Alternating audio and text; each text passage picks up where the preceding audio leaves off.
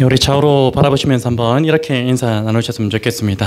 오늘 말씀의 제목을 좀 적용을 해서 이렇게 인사 나누기를 원하는데요. 세상에 물들지 말고 복음으로 물들입시다. 인사합니다. 세상에 물들지 말고 복음으로 물들입시다. 아멘.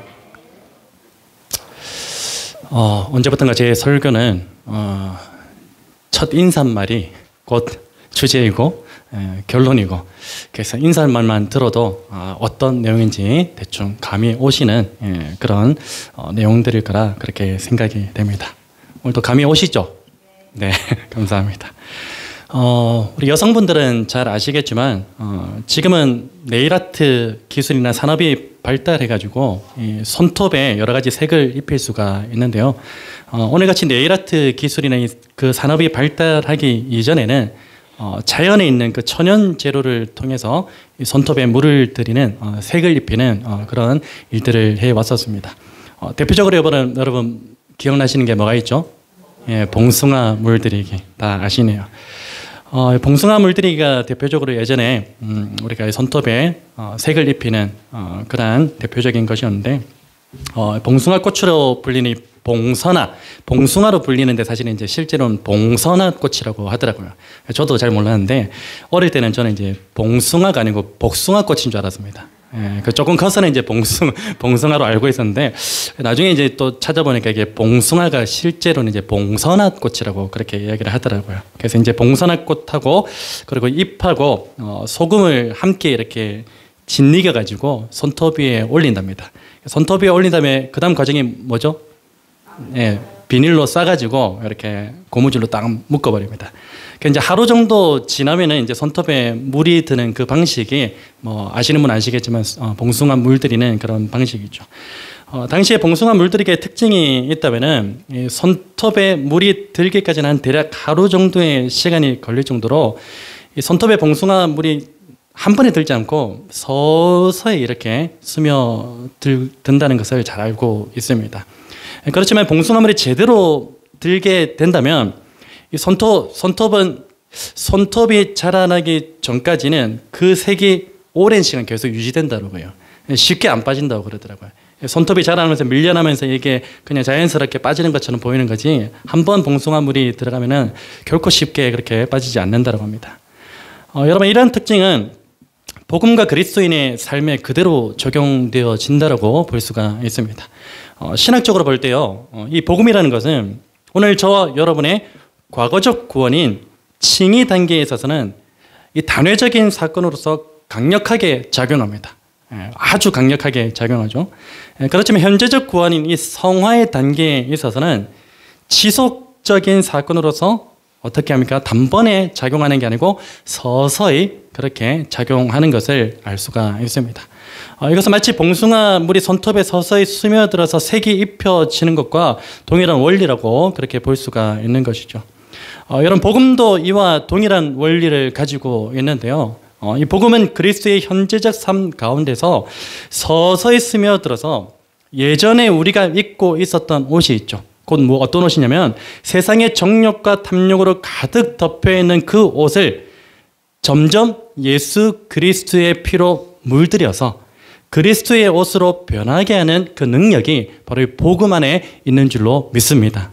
그런 의미에서 오늘 저와 여러분의 삶은 과연 무엇으로 물들여져 있는가, 혹은 무엇으로 물들여져 가고 있는지, 여전히 세상으로 물들여지고 있지는 않은지, 아니면 복음으로 물들여져 가고 있는지, 그것에 대해서 오늘 본문을 통해서 한번 돌아볼 수 있는 그런 시간이 되었으면 좋겠습니다. 여러분, 오늘 본문이 세례요한의 강력한 메시지이기도 하면서 하나님 나라의 기본 원리에 해당하는 메시지입니다. 아주 원초적인 메시지라고 볼 수가 있습니다. 무엇보다 이 메시지는요, 모든 시대를 망라한 가장 우선적이면서 가장 기본이 되어야 하는 그런 메시지이기도 하는 것입니다. 그 메시지는 무엇입니까? 바로 회개의 메시지입니다. 가장 원초적인 메시지, 가장 기본적이고 중심이 되어야 되는 그 메시지가 바로 회개의 메시지라는 것입니다. 여러분, 세례요한이 가는 곳곳마다 가장 선포했던 말씀이 있다면 그것이 무엇입니까? 바로 회개입니다. 회개하라, 천국이 가까이 왔다라는 그 말씀이었습니다. 여러분, 세례요한이 잡힌 이후에 예수님께서 공생의 가운데 가장 먼저 선포하신 말씀 역시도 무엇이었습니까? 회개하라, 천국이 가까이 왔다는 그런 말씀이었습니다. 여러분, 회개하라, 천국이 가까웠다는 말씀은요, 어떤 의미가 담겨져 있습니까? 우리가 신학적으로, 문자적으로 여러 가지 의미가 담겨져 있겠지만, 그냥 가장 단순한 의미를 말하자면 바로 회개를 통해서 하나님의 나라를 누릴 수 있다는 것입니다. 회개하라, 천국이 가까이 왔느니라. 오직 회개를 통해서만 하나님의 나라를 누릴 수 있다는 그런 단순한 의미를 가지고 있는 것입니다. 여러분, 그런데 이 회개라는 것은요, 어떠한 대상에게 어울리는 말일까요? 불신자에게 어울리는 말일까요? 아니면 오늘 저와 여러분과 같이 그리스도인들에게 어울리는 말일까요? 엄밀히 따지자면요, 이 회개라는 이 말은요, 불신자보다는 그리스도인에게 더 어울리는 말이라고 볼 수가 있습니다. 사실 이 불신자에게는요, 마음을 돌이켜 신앙의 눈을 뜨게 된다는 그 의미를 가진 회심이라는 그 말이 더 잘 어울립니다. 회개라는 말보다 회심. 반면에 그리스도에게는요, 단순히 마음을 돌이켜 신앙의 눈을 뜨게 되는 그 차원을 뛰어넘어서 삶의 모든 방향까지도 하나님께로 향한다는 그런 의미로서 이 회개라는 그 말이 더 잘 어울린다는 것입니다. 여러분, 이러한 사실은 오늘 본문의 세례요한과 예수님의 그 행적만 봐도 우리는 잘 알 수가 있습니다. 예수님과 세례요한이 회개의 메시지를 선포할 때 그 메시지의 대상이 누구인 줄 아십니까? 대부분 누구였습니까? 이방인이 아니었습니다. 대부분 그 메시지의 대상이 불신자들이 아니라 혈통적으로 하나님의 백성들인 유대인들이었습니다. 그리고 오늘 예배 자리 가운데서 회개를 촉구하는 말씀을 듣는 청중인 우리 역시도 영적으로는 예수 그리스도를 믿는 하나님의 자녀들이죠. 그래서 회개의 메시지는요, 불신자들을 향한 것이 아니라 하나님의 자녀들인 오늘 저와 여러분을 향한 메시지라는 것입니다. 여러분, 그래서 이 회개하라, 천국이 가까웠다는 이 메시지는요, 오직 예수 그리스도를 믿음으로 하나님의 자녀된 저와 여러분 모두가 흘겨 듣는 것이 아니라, 한 귀로 듣고 한 귀로 흘리는 그런 메시지가 아니라 꼭 경청하고 주의 집중해서 들어야 하는 그 말씀임에 틀림이 없는 것입니다. 여러분, 간절히 바라기는 오늘 이 말씀을 통해서 저와 여러분 모두가 이 회심의 단계를 뛰어넘어서 삶의 모든 방향을 하나님께로 정하게 되는 회개의 역사가 나타나기를 우리 주 예수 그리스도의 이름으로 축원합니다. 오늘 본문의 세례요한은요, 당시 자신에게 나오는 많은 무리들에게 세례를 베풀었습니다. 사실 세례요한이 무리들에게 베푼 세례하고 그리고 삼위 하나님의 이름으로 베푸는 오늘의 세례는요, 조금 차이가 있습니다. 이것은 구체적인 주제가 아니기 때문에 구체적으로 이렇게 언급하지는 않겠지만, 어떤 차이가 있냐면은 세례요한이 베푼 세례는요, 세례요한이 자신이 직접 언급했듯이 물 세례였습니다. 그러나 오늘의 세례는 어떠한 세례입니까? 성령 세례입니다. 그러한 부분에서 차이가 있습니다. 마가복음 1장 8절에 보면 이런 말씀이 있어요. 나는 너희에게 물로 세례를 베풀었거니와 그는 너희에게 성령으로 세례를 베푸시리라. 여기서 세례요한의 물 세례는요, 성령 세례의 모형입니다. 성령 세례의 모형으로서 외적 그리고 성내전적인 측면에서 베푼 것이에요. 그러니까 오늘의 성령 세례는요, 무엇입니까? 그러면 세례의 본질 그 자체입니다. 세례의 그 본질 자체로서 내적인 측면에서 베풀어지는 그런 것으로 볼 수가 있습니다. 다시 말해서 이 세례요한의 물 세례가 외적 형식과 양식에 집중되어 있었다면요, 이 성령 세례는요, 내적 존재의 변화에 집중되어 있는 것을 의미합니다. 덧붙여 말하자면 이 세례요한의 물 세례는 회개에 대한 확정적인 의미로서 베푼 세례였습니다.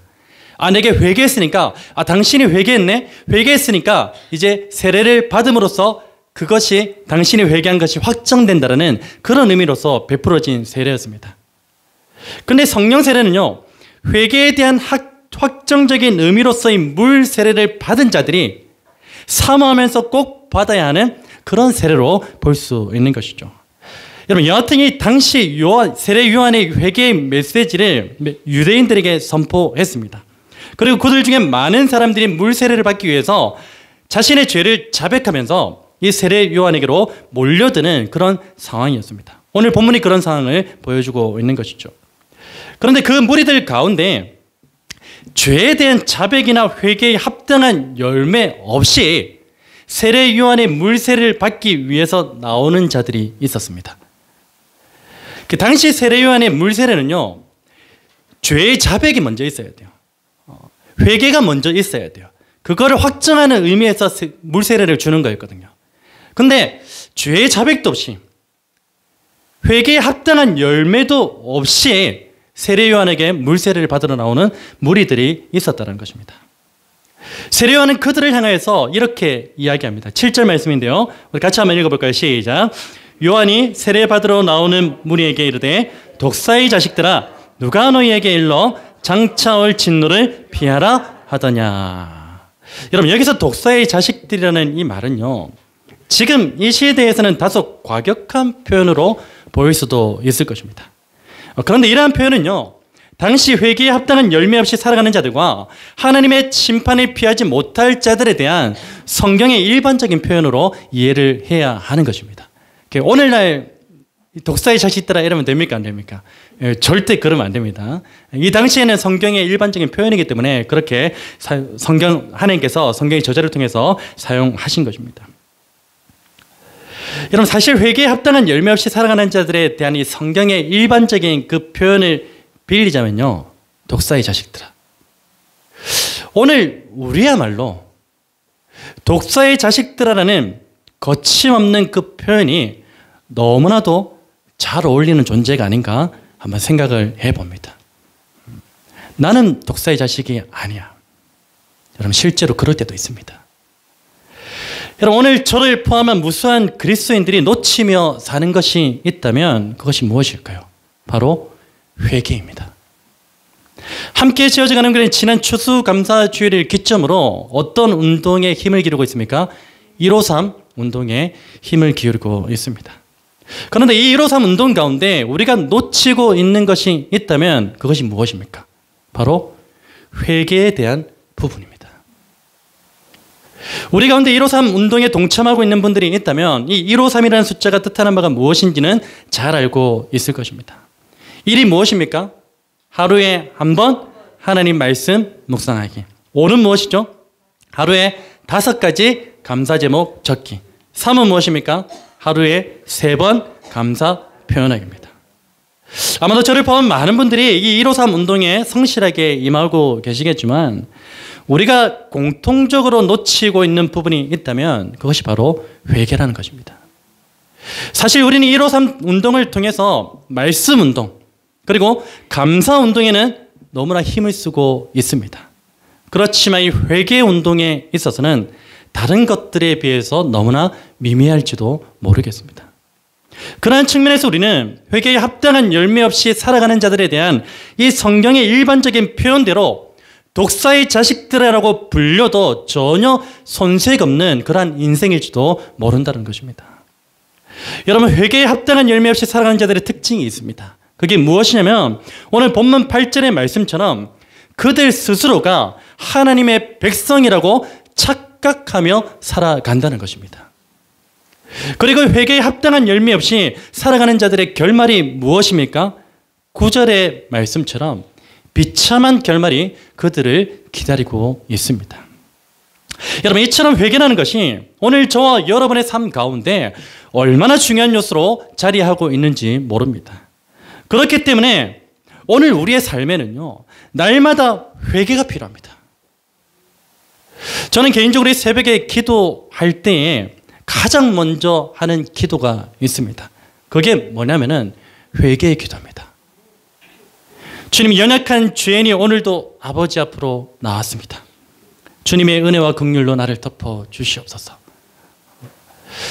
여러분, 이 하나님 앞에 예배의 자리에 나오셨을 때 가장 먼저 하는 기도가 회개의 기도가 되었으면 좋겠습니다. 감사의 기도가 아니에요, 사실. 회개가 먼저 터져 나와야 됩니다. 그 다음에 이 회개를 받아주신 하나님께 감사의 기도를 드리는 것이죠. 그냥 여러분들이 다음 주부터라도 멀뚱멀뚱 교회에 오셔서 앉아 계시지 마시고 정말 참회하는 마음으로 회개통에 자복하는 그 마음으로 하나님 앞에 자신의 마음을 먼저 드릴 수 있는 그런 저와 여러분이 되었으면 좋겠습니다. 여러분, 간절히 바라기는요, 오늘 저와 여러분의 삶 가운데 날마다 이 회개 운동이 활발하게 일어나게 되기를 우리 주 예수 그리스도의 이름으로 축원합니다. 세간에 이런 말이 있습니다. 행동하지 않는 정의는 불의에 편승하는 것과 같다. 저는 이 비슷한 맥락으로 이 회개에 대해서 이렇게 표현하고 싶습니다. 회개 없는 경건 생활은 종교 생활과 같다. 여러분, 오늘 저와 여러분 모두가 이 회개 없는 종교 생활은 이제 다 벗어버리시고요. 참된 회개를 통하여서 참된 경건의 능력이 나타나는 삶을 살아가시기를 우리 주 예수 그리스도의 이름으로 축원합니다. 여러분, 오늘 본문을 보면요, 세례요한의 메시지가 상당히 강력했음을 알 수가 있습니다. 너무나 강력했어요. 그 결과들을 보니까. 아니, 실제로는 살아있고 활력이 있어서 좌우에 날선 어떤 검보다도 예리한 그 하나님의 말씀이 혼과 영과 관절과 골수를 찔러 쪼갤 정도로 강력했던 것입니다. 세례 요한의 입술을 통해서 선포된 것이죠. 오늘 본문 10절의 말씀을 보면요, 회개를 촉구하는 이 메시지를 들은 사람들의 반응에 대해서 이렇게 증가합니다. 무리가 물어 이르되 그러면 우리가 무엇을 하리까? 같이 한번 읽어볼까요? 시작. 무리가 물어 이르되 그러면 우리가 무엇을 하리까? 여러분, 10절에서는요, 이 회개에 대해 무엇이라고 정의하고 있습니까? 바로 무엇을 하리까라는 실천적 행동으로 그렇게 정의하고 있음을 알 수가 있습니다. 여러분, 실제로 회개로 번역된 헬러 메타노이아라는 이 단어는요, 돌이키다, 수정하다라는 그런 의미로 사용되고 있습니다. 이것은 보편적으로 인간의 마음과 생각과 뜻을 하나님께로 돌이키는 것에만 머무르지 않고 그 다음 단계까지 나아가야 됩니다. 실천적 행동으로까지 이어지는 것이 바로 헬러 메타노이아입니다. 우리의 마음만, 뜻만, 생각만 하나님을 향하는 것이 아니라 우리의 몸까지도, 실천적인 행동까지도 하나님께로 나아가는 것, 그것이 바로 진정한 회개, 메타노이아라는 것입니다. 여러분, 오늘 본문에서 바로 그것을 가르치고 있는데요, 회개의 메시지 앞에서 우리가 무엇을 하리까라고 반응한 무리들을 향하여 이 세례요한은 11절에서 14절 말씀을 통하여 실천적 행동으로까지 이어지는 회개가 있어야 된다고 선포하고 있습니다. 우리 11절에 14절 말씀 같이 한번 읽어볼까요? 시작. 대답하여 이르되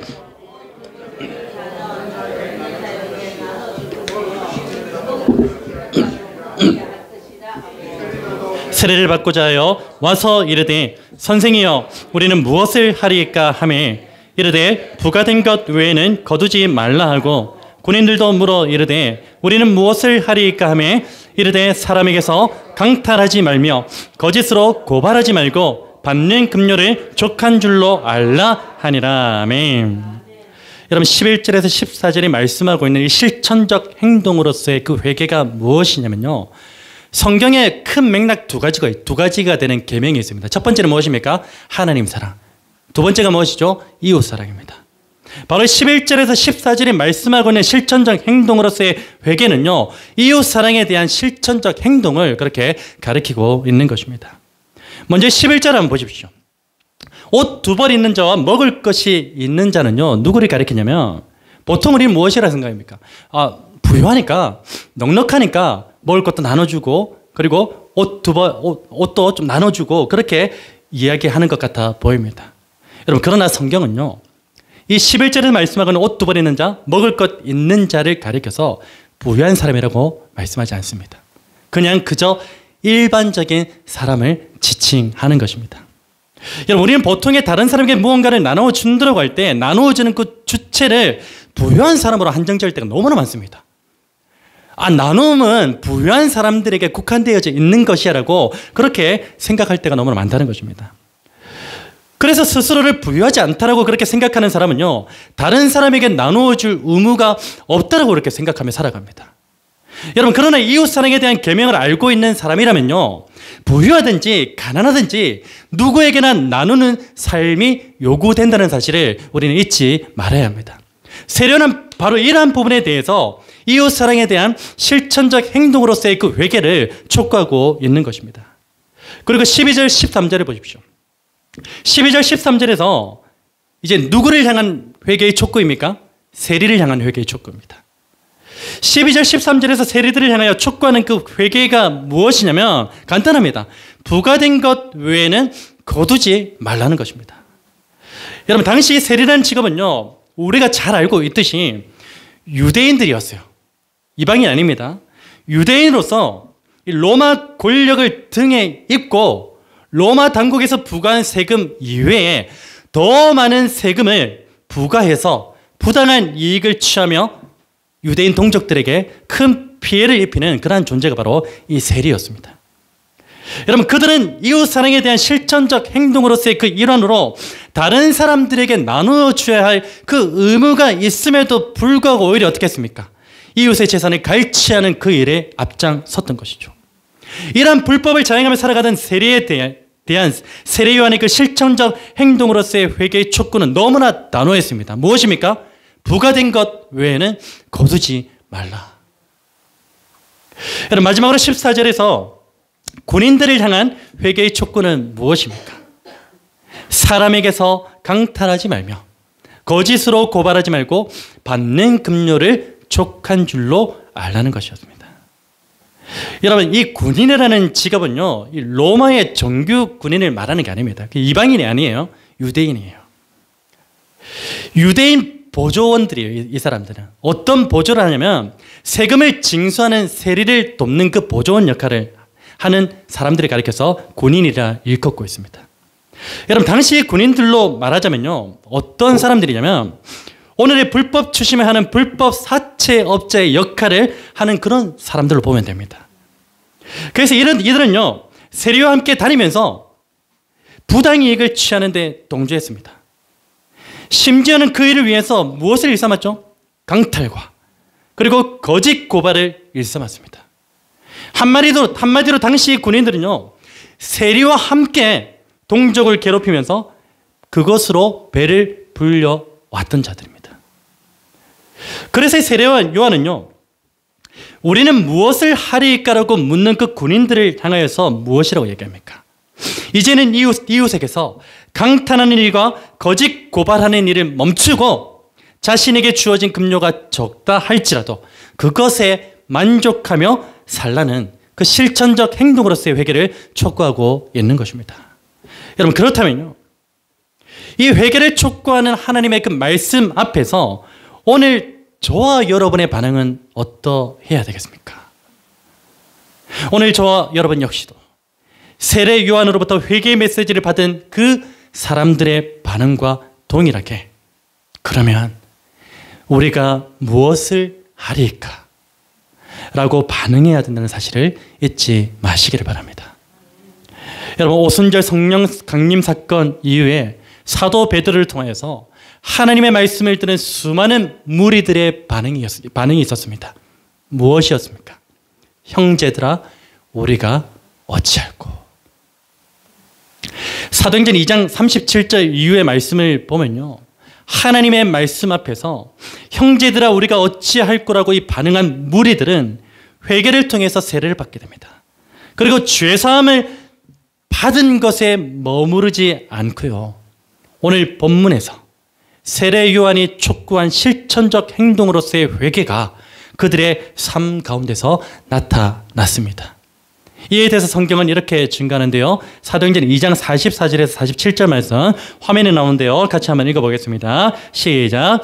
믿는 사람이 다 함께 있어 모든 물건을 서로 통용하고 또 재산과 소유를 팔아 각 사람의 필요에 따라 나눠주며 날마다 마음을 같이하여 성전에 모이기를 힘쓰고 집에서 떡을 떼며 기쁨과 순전한 마음으로 음식을 먹고 하나님을 찬미하며 또 온 백성에게 칭송을 받으니 주께서 구원받는 사람을 날마다 더하게 하시니라. 아멘. 여러분, 여기서 놀라운 사실이 무엇인 줄 아십니까? 47절 말씀입니다.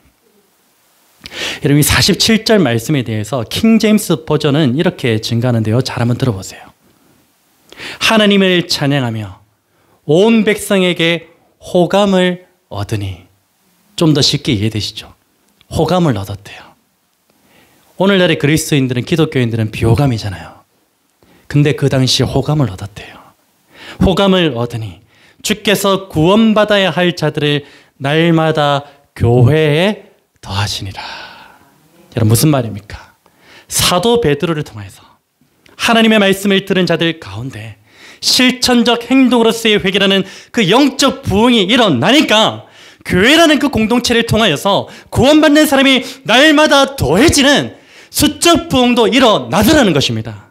오늘 함께 지어져가는 교회 가운데 이러한 놀라운 부흥의 역사가 일어나기를 우리 주 예수 그리스도를 축원합니다. 사랑하는 믿음의 형제 자매 여러분, 하나님께서 오늘 저와 여러분에게 하나님과 이웃 앞에서 실천적 행동으로서의 회개가 무엇인지 정확하게 가르쳐 주신다면 오늘 저와 여러분은 어떻게 하시겠습니까?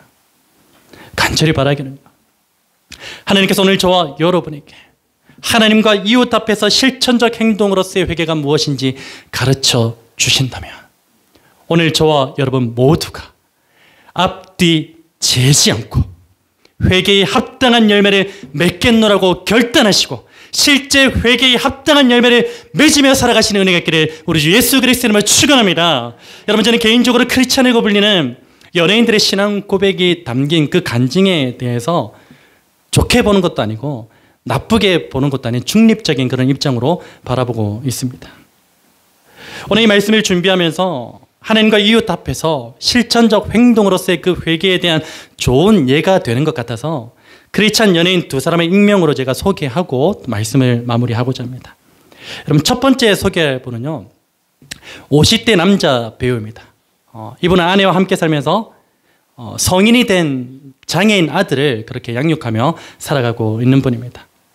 이분은 젊은 시 상당히 잘 나가는 연예인이었어요. 그 중에 한 사람이었고요. 그런데 언젠가 그분이 예수를 믿게 되었고 또 예수를 믿게 된 즉시 자신의 삶이 달라지지는 않았다고요. 예수님을 마음으로 영접하기만 했지만 삶은 달라지지 않았더라고요. 그냥 몇 년 전에 불현듯 예수 믿는 사람으로서 내가 이렇게 살면 안 되겠다라는 그런 결단이 서게 되었답니다. 그래서 그때부터 이 실천적 행동으로서의 회개에 합당한 열매를 맺기 위해서 몸부림치며 살아가셨대요. 그 예 중에 하나는 무엇이냐면 술에 대해서 완전히 끊으려고 이제 결단을 하셨대요. 결단을 하고서 이제 찬장을 드셔보니까 남아있는 술이 있었대요. 그 찬장에 이제 보관되어 있는 술은 고급 양주들이었대요.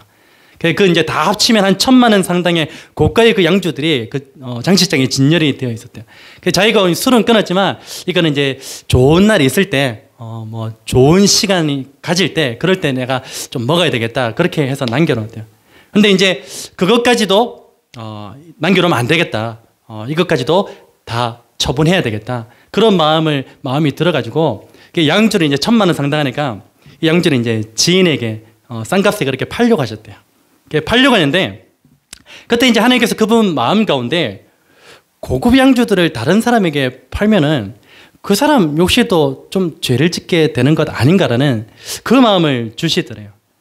그래서 그 마음을 주셔가지고 바로 이제 회개하고서는 결단을 합니다. 어떤 결단을 했냐면 바로 그 마음을 주신 즉시 싱크대 하수구에다가 1,000만 원 상당의 고급 양주를 다 부어버렸대요. 대단한 결단 아닙니까? 또 다른 하나의 예가 있습니다. 원래 그분이요, 좀 19금 이야기를 너무 재미있게 하면서 사람들에게 많은 호응을 받은 분이에요. 그런데 어느 날에 내가 예수 믿는 사람으로서 이 하나님을 찬양하는 입술인데 이 입술이 세상에 그런 어떤 좀 좋지 않은 그런 말들로 더럽히면 안 되겠다라는 그런 결단이 서더래요. 그 결단을 하고 난 이후에는 19금 이야기하고 욕도 엄청 잘하셨다고 하더라고요. 욕은 완전히 끊으셨대요. 그런데 어느 유명한 프로그램에서 이제 그분이 가지고 있는 다른 캐릭터가 있거든요. 배우들은 본캐가 있고 부캐가 있잖아요. 그런 부캐가 있다고 하더라고요. 그 캐릭터에 대한 섭외가 들어왔습니다. 그 프로그램에서 이제 그 회차에서 이제 잘만 하면은 고정으로 이제 할 수 있는 프로그램이었대요. 근데 그분이 이제 예수 믿고 이제 좀 이제 결단하고 한 2-3년간은 좀 이제 일이 없었대요. 자기 스스로 이제 좀 진리에 좀 벗어나는 그런 일들은 안 하려고 마음을 먹으니까 좀 세상과 충돌하고 부딪히다 보니까 한 2-3년간 일이 없었답니다.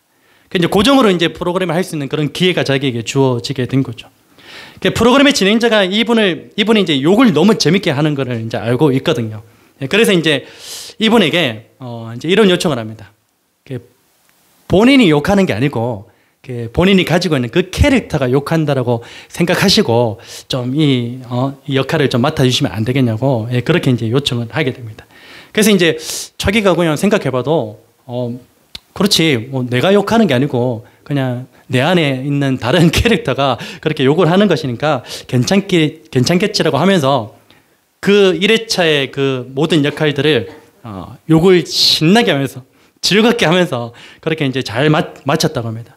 그래서 이제 반응이 너무나 좋아가지고 그 프로그램에 이제 고정으로 이제 섭외가 되었대요. 근데 그날 밤에 그분이 돌아와서 드는 생각이 이런 생각이 들었답니다. 내가 세상과 너무 타협한 것 아닌가? 그런 생각이 들면서요. 고정으로 섭외된 그 프로그램을 정중하게 거절했다고 합니다. 자신에게 지금 수입원이 전혀 없는데 이제 새로운 수입원이 되는 그 일이 들어왔는데도 불구하고 거절하셨대요. 제가 이런 모습을 보면서요. 정말 이분은 실천적 행동으로서의 그 회개를 위해서 너무나 힘쓰며 살아가고 있구나라는 그런 생각을 많이 하게 되었습니다. 그리고 또 다른 연예인 한 분은요. 교회에서 집사로 불리고 있으면서 현재는 기독교 방송 모 프로그램의 MC로 활동 중인 분입니다. 근데 이분은 이제 집사이지만 뭐 술, 담배도 다 하고 있는 분 같고, 그리고 심지어 이제 최근에 이제 사찰 체험을 하는 그 프로그램이 있었더라고요. 사찰 체험을 하는 그 프로그램 템플스테이라고 그 프로그램이 있는데 자기 혼자 나간 게 아니고 온 가족이 다 크리스찬인데 온 가족이 함께 나가가지고 그 템플스테이에 그 프로그램에 참여를 했더라고요. 그래서 그 부분을 가지고 현재 크리스찬들 사이에 갑론을박의 소재로서 이게 맞니 안 맞니 그런 이야기들이 많이 하고 있는 것 같습니다.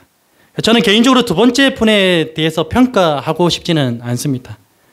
다만 한 가지 아쉬움이 있다면 만약 그분의 하루하루의 삶이 온통 복음에 물들여지고 있었다면 그분의 삶은 과연 어떠했을까라는 그런 생각을 하게 되었습니다. 여러분, 말씀을 정리하고자 합니다. 여러분, 오늘 본문에서 이 세례 요한은요, 회개의 메시지가 담겨있는 복음을 많은 사람들에게 선포하였습니다. 그 말씀을 들은 많은 사람들이 그러면 우리가 무엇을 할까라고 반응하였습니다. 그리고 세례 요한은요, 그들에게 실천적 행동으로서의 회개를 촉구합니다. 그 후에 그들의 삶이 어떠했는지에 대해서는 성경은 밝히고 있지 않기 때문에 정확하게 알 수는 없습니다.